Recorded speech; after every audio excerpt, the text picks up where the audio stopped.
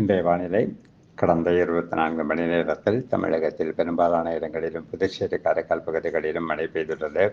2 இடங்களில் அதி கனமழையும் 5 இடங்களில் மிக கனமழையும் 12 இடங்களில் கனமழையும் பதிவாகியுள்ளது. அதிகபட்சமாக திருநெல்வேலி மாவட்டம் ஊத்து பகுதியில் 23 சென்டிமீட்டர் மழை பதிவாகியுள்ளது. நேற்று குமரி கடல் பகுதிகளில் நிலவிய காற்றழுத்த தாழ்வு பகுதி இன்று காலை லட்சத்தீவு மற்றும் மாலத்தீவு கடல் பகுதிகளில் நிலவுகிறது. இது அடுத்த 24 மணி நேரத்திற்கு மேற்கு வடமேற்கு திசையில் நகரக்கூடும். மேலும் நவம்பர் 22ஆம் தேதி வாக்கில் தென்கிழக்கு வங்கக்கடல் பகுதிகளில் ஒரு புதிய காற்றழுத்த தாழ்வு பகுதி உருவாகக்கூடும். இது மேற்கு வடமேற்கு திசையில் நகர்ந்து அதற்கடுத்த 48 மணி நேரத்தில் மேலும் வலுப்பெறக்கூடும்.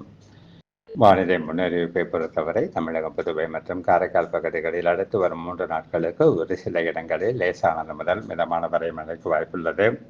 கனமழையை பொறுத்தவரை அடுத்த 24 மணி நேரத்தில் கன்னியாகுமரி, திருநெல்வேலி, தென்காசி உள்ளிட்ட தென் மாவட்டங்களிலும், நாகை, மயிலாடுதுறை மற்றும் காரைக்கால் பகுதிகளில் ஓரிரு இடங்களிலும் கனமழைக்கு வாய்ப்புள்ளது.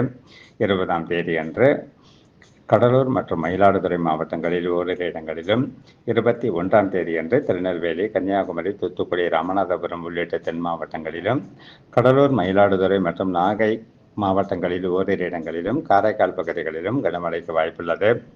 22ஆம் தேதியன்று தென் தமிழக கடலோர மாவட்டங்கள் மற்றும் டெல்டா மாவட்டங்களிலும், காரைக்கால் பகுதிகளிலும் ஓரிரு இடங்களில் கனமழைக்கு வாய்ப்புள்ளது. சென்னை மற்றும் புறநகர் பகுதிகளில் அடுத்த 2 நாட்களுக்கு வானம் ஓரளவு மேகமூட்டத்துடன் காணப்படும். நகரின் ஒரு சில பகுதிகளில் லேசானது முதல் மிதமான வரை மழைக்கு வாய்ப்புள்ளது. மீனவர்களுக்கான எச்சரிக்கையை பொறுத்தவரை அடுத்த 24 மணி நேரத்திற்கு தென் தமிழக கடலோர பகுதிகள், மன்னார் வளைகுடா பகுதிகள் மற்றும் குமரி கடல் பகுதிகளிலும், கேரள கடலோர பகுதிகள், தென்கிழக்கு அரபிக்கடல் பகுதிகள் மற்றும் லட்சத்தீவு, மாலத்தீவு கடல் பகுதிகளிலும், அந்தமான் கடல் பகுதிகளிலும் சூறாவளி காற்று வீச வாய்ப்புள்ளது.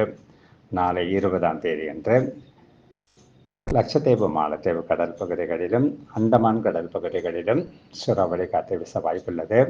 மேலும் 21 மற்றும் 22ஆம் தேதிகளில் அந்தமான் கடல் பகுதிகள் மற்றும் அதனை ஒட்டிய தென்கிழக்கு வங்கக்கடல் பகுதிகளிலும் சூறாவளி காற்று வீச வாய்ப்புள்ளது.